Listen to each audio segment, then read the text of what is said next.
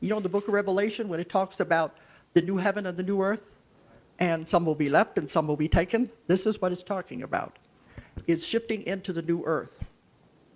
Now, those who will move to live on the new earth are those whose vibrations are being allowed to shift with it. Those who can't change will stay with the old earth and all of the horror that's going to be happening on the old earth. And they said, you want to move and don't look back, because they said this is something you don't want to see, that it's going to be very, very bad. But they said some will be left behind. And I said, that sounds cruel. And they said, not really, it's their own decision. Everybody has to make their own decision. Do you want to stay with what you have created, or do you want to move into this new earth that's being prepared? But they said, you must make the decision, because you can't shift your vibration that quickly. You have to make the decision, are you going to go or are you going to stay? And that's what they mean by being left behind. And those who are very much into karma will not be able to move, because they still have to, these are laws, they have to pay this off. And they're not going to be allowed to move into the new earth until they get rid of the old karma. Those people will stay with the old earth. Then when they die, they will be sent to another place, another planet that still has negative karma, so they can repay it there. They will not be allowed to come back to the new earth, because it will have changed too much. There was no place for those kind of people. And it does sound cruel, but they said it's their own decision, they're making up their own mind, and they will stay in the reality they have created. I was telling about this at an ashram in the Bahamas a few months ago, and this one woman said, but I'd want to stay and help them, the ones that are left behind. I said, you don't want to move on? She said, no, somebody's going to have to help them. But they said they've done this themselves. And they said, even if you wanted to stay, once the shift is completed and the vibrations are complete, you can't. You will move with it. You won't be able to stay with the others. And you know, even the Bible, it says 2 workers working in the field, one will be taken and one will be left. 2 people sleeping together, one will be taken and one will be left. That's what they mean. Some will stay and some will move on. And I've gone over and over this so much. I had some about it in Convoluted too. And I'm getting more about it now as I'm trying to understand all these parts to this. They said we can't fully explain it because we don't know what's going to happen. It's never happened before in the history of a planet that an entire planet has moved at one time. It's never happened before, so they said, we don't know what's going to happen. But the whole universe is watching, because this is going to be a very momentous occasion for the world. So nobody really knows what's going to happen until it does happen. Now, when I did the lecture in one place, well, do you know Annie Kirkwood? Remember she did Mary's Message to the World? You don't hear much about her anymore. But she used to be on the lecture circuit. Annie Kirkwood, who did Mary's Message to the World. We used to do a lot of lectures together. We did panels, and we were on a panel. They were talking about earth changes. She told everybody about a vision that she had of the earth doing this. And this was several years ago. She said, in the vision, she saw the earth. Then she saw the earth begin to pull apart, like a cell dividing, as it starts to pull apart. As it pulled apart, then it snapped apart, and there were 2 earths, side by side. Over here on this one, she heard them saying, we did it, we did it, we did it. Over here, she heard them saying, poor thing, she died believing all that. One is not going to be aware of the other. They won't even be aware anything has happened. Some of this takes a lot of thinking around to bend your minds around. But that's what they said. They won't even be aware.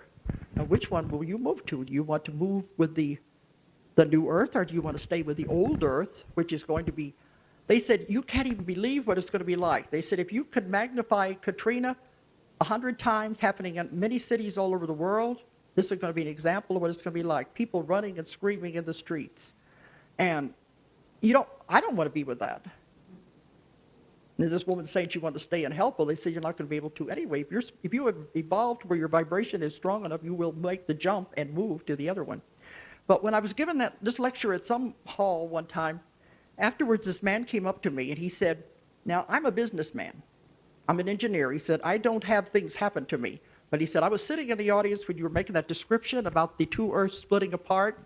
He said, suddenly I was out of the auditorium, I was in outer space.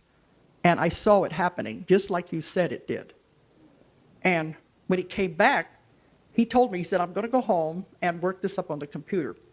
And he did. He sent it to me, what he saw, and I put it in convoluted 2. He had 2 Earths over the top. One was over the top of each other. One was glowing, and the other one was the ordinary one. And that was what he saw as it made the separation between the 2. But I thought that was funny. So all of a sudden, he's in outer space watching this happen. Now, some of this is a little hard to believe, but they said it's happening, and there's no way we're going to turn it back. But we have to, because the Earth can no longer exist the way it is.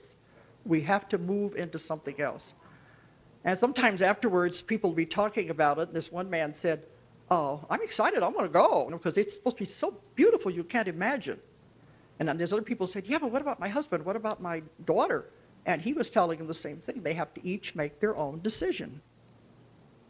But when you first make the shift into the new world, you won't really realize anything has happened.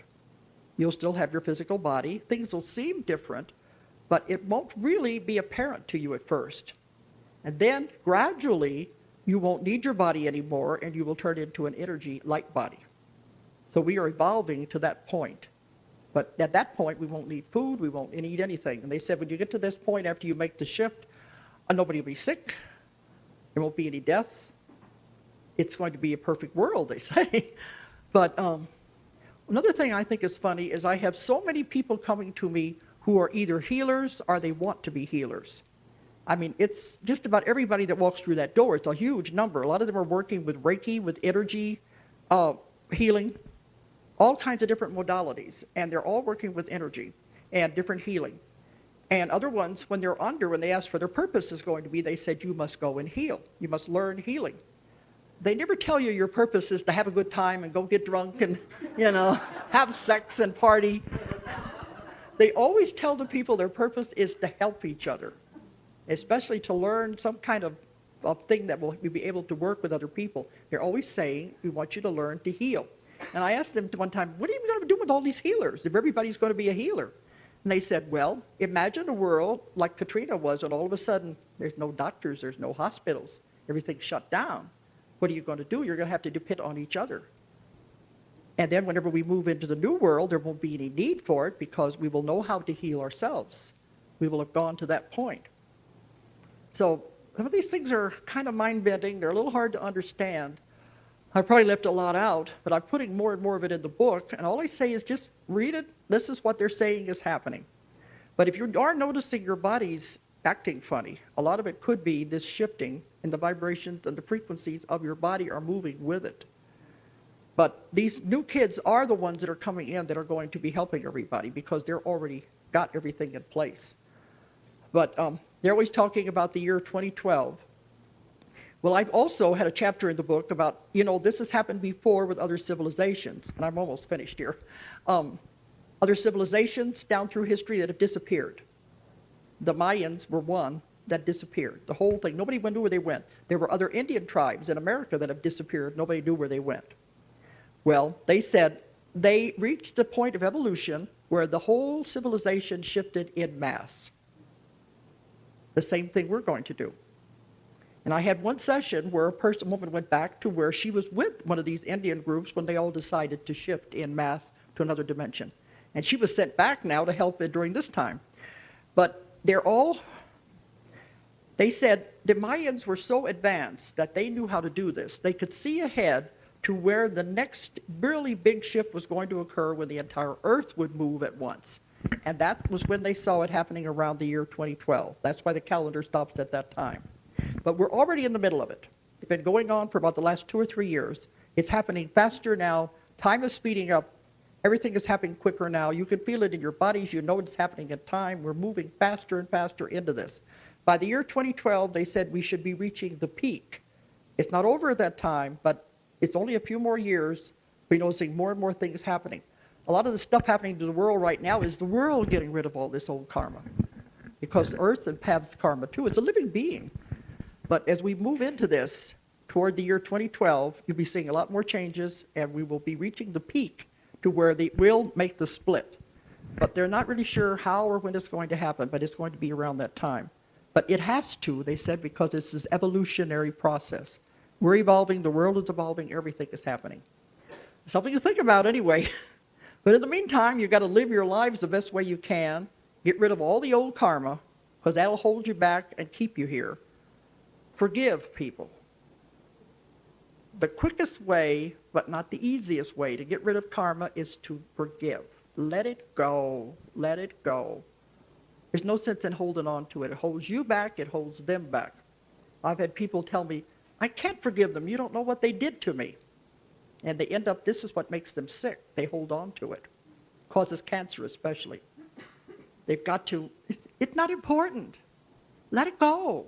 Tear up the contract. You don't need to work with these people anymore. Forgive them. Release it. Let it go.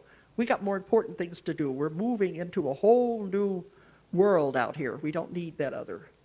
That's what we're supposed to be focusing on. Get rid of the old karma. Don't make any more. Treat people the way you would want to be treated. And let go of fear. Fear holds you back. Don't believe everything that's on TV. Don't believe everything that's in the newspapers. Think for yourself. Let go of the fear. Let go of the karma so you can move. Change your vibration. Does this scare you, what I've been saying? Okay. I've never always been a little worried about telling audiences these things, but they said this is one of the most important things they want me to talk about right now to get people prepared. So anyway, this will be in the new book. It's part of it, and there's even more stuff that I can't even go into. The last session I had in Montreal, they came through with a whole new concept, and I was thinking, wait a minute, guys, I just got through with this, you know? And I was asking questions trying to understand it, and they said, if you ask that question, that means you're not ready for us to give you the next part. You got to digest this first. And I thought, okay. So I'm thinking about ending the book there. I don't know. But I think I want to continue to get more and more information. It boggles my mind anyway. Anyhow, that's what I wanted to bring you to is the New Earth and what I've got on it. There's a lot more I haven't even talked about that'll be in the New Earth. And give me something to think about in the new books. Something to think about anyway. Okay.